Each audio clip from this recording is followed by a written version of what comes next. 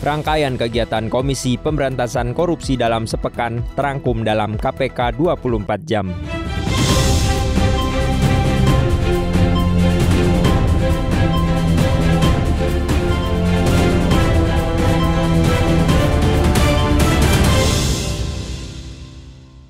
Mengawali pekan keempat bulan Juli, pimpinan Pusat Muhammadiyah melalui Lembaga Hikmah dan Kebijakan Publik melakukan audiensi di Gedung Merah Putih KPK Jakarta. Wakil Ketua KPK, Ibnu Basuki Widodo menegaskan pentingnya sinergi dengan organisasi kemasyarakatan, khususnya Muhammadiyah, dalam membangun kesadaran kolektif atas nilai-nilai integritas dan anti korupsi. Audiensi tersebut juga membahas sejumlah langkah lanjutan dari kerjasama yang telah terjalin, antara lain pengembangan modul pendidikan anti korupsi berbasis nilai agama, pelibatan sivitas akademika Muhammadiyah, hingga penguatan peran tokoh masyarakat sebagai agen integritas di masyarakat.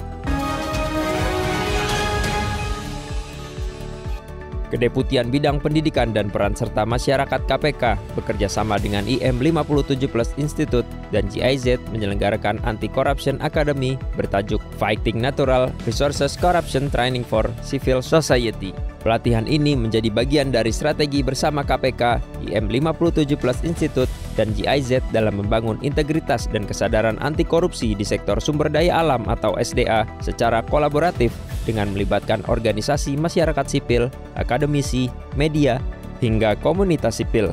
Sinergi antara pemerintah, masyarakat sipil, dan dunia pendidikan dinilai menjadi kunci menuju pengelolaan sumber daya alam yang adil, transparan, dan bebas korupsi.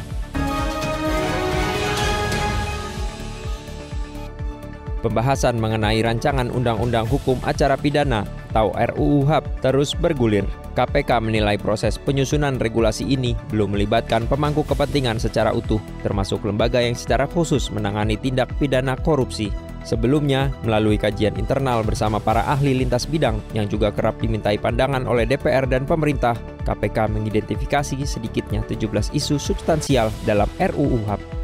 Isu-isu ini dinilai berpotensi menghambat kerja KPK dalam menjalankan fungsi penyelidikan, penyidikan, penuntutan, hingga pencegahan korupsi.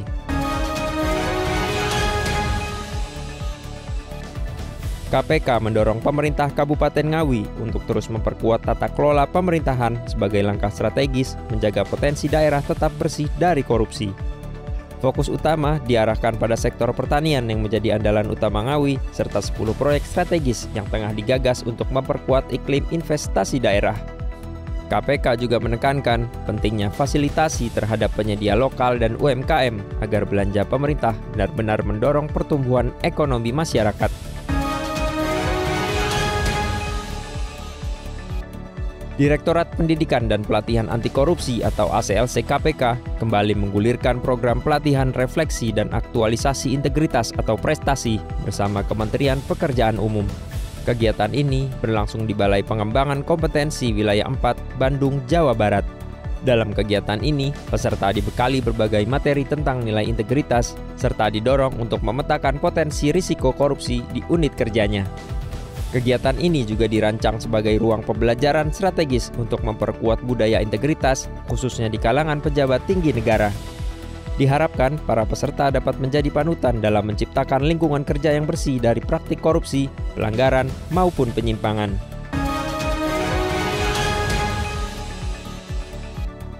Pada pekan yang sama, rapat koordinasi pencegahan korupsi dilakukan bersama dengan pemerintah Kabupaten Brebes. Beberapa rekomendasi dan catatan dari KPK terkait pengelolaan anggaran APBD, pengelolaan barang jasa hingga pokok-pokok pikiran atau POKIR DPRD agar selaras dengan prioritas pembangunan dan kemampuan keuangan daerah. Melalui sinergi, diharapkan terwujud tata kelola pemerintahan yang bersih, efektif, dan berorientasi pada pelayanan publik. Salah satu upaya konkret peningkatan pendidikan anti korupsi pada sektor universitas dilakukan melalui penguatan kapasitas dosen dan calon dosen pengampu pendidikan anti korupsi di Universitas Brawijaya dan Universitas Negeri Malang, Jawa Timur. Ketua KPK Setio Budianto menegaskan bahwa pendidikan memainkan peran strategis dalam pembentukan karakter jujur dan bertanggung jawab. Pendidikan karakter tidak hanya menjadi tanggung jawab lembaga pendidikan, melainkan melibatkan seluruh elemen ekosistem pendidikan, termasuk pimpinan lembaga, orang tua, hingga peserta didik. Kegiatan penguatan pendidikan anti korupsi yang berlangsung selama 3 hari sejak 21 hingga 23 Juli 2025 ini mencakup pelatihan, sosialisasi, serta diskusi kebijakan bagi dosen dan calon dosen pendidikan anti korupsi.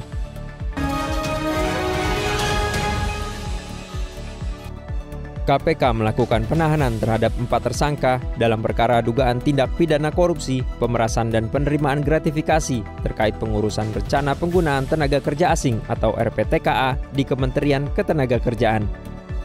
Keempat tersangka yaitu GTW selaku Kepala Subdirektorat Maritim dan Pertanian Dirjen Bina Penta dan PKK tahun 2019 sampai dengan 2021, pejabat pembuat komitmen atau PPK PPTK tahun 2019 sampai dengan 2024, dan koordinator bidang analisis dan pengendalian TKA Direktorat Pengendalian Penggunaan TKA Kementerian Ketenagakerjaan tahun 2021 sampai dengan 2025, serta PCW, JMS, ALF yang ketiganya merupakan staf pada Direktorat Pengendalian Penggunaan TKA atau PPTKA pada Direktorat Jenderal Bina Penta dan PKK tahun 2019 sampai dengan 2024.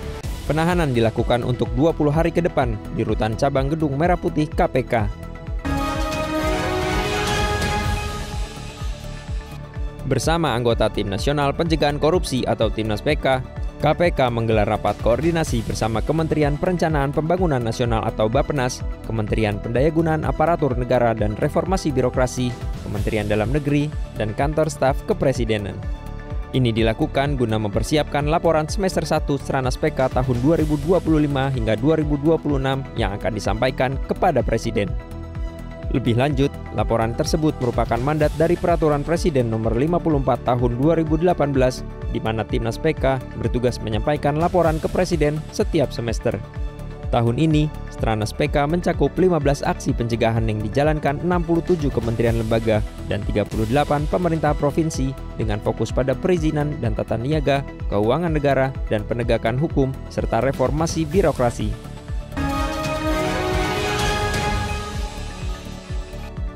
Sebagai upaya mendorong perbaikan tata kelola sektor sumber daya alam khususnya komoditas strategis seperti nikel, KPK memaparkan hasil kajian Direktorat Monitoring di Gedung Merah Putih KPK. Ketua KPK Setio Budianto menyampaikan bahwa di balik potensinya yang besar, tata kelola nikel masih menyimpan sejumlah persoalan krusial yang dapat membuka celah korupsi. Sebagai bentuk peringatan dini, KPK menyampaikan sejumlah rekomendasi awal kepada kementerian lembaga terkait, antara lain penertiban perizinan seperti NIB, IUP, IUI, IPPKH, dan perizinan ekspor melalui evaluasi administratif dan penegakan hukum, revisi dan harmonisasi regulasi ekspor, serta pengenaan royalti atas mineral ikutan bernilai ekonomis, transparansi dan akuntabilitas RKAB, serta menerapkan sanksi terhadap pelanggarannya oleh Kementerian ESDM. Demikian kegiatan Komisi Pemberantasan Korupsi pada pekan ke-4 Juli tahun 2025 yang terangkum dalam KPK 24 jam.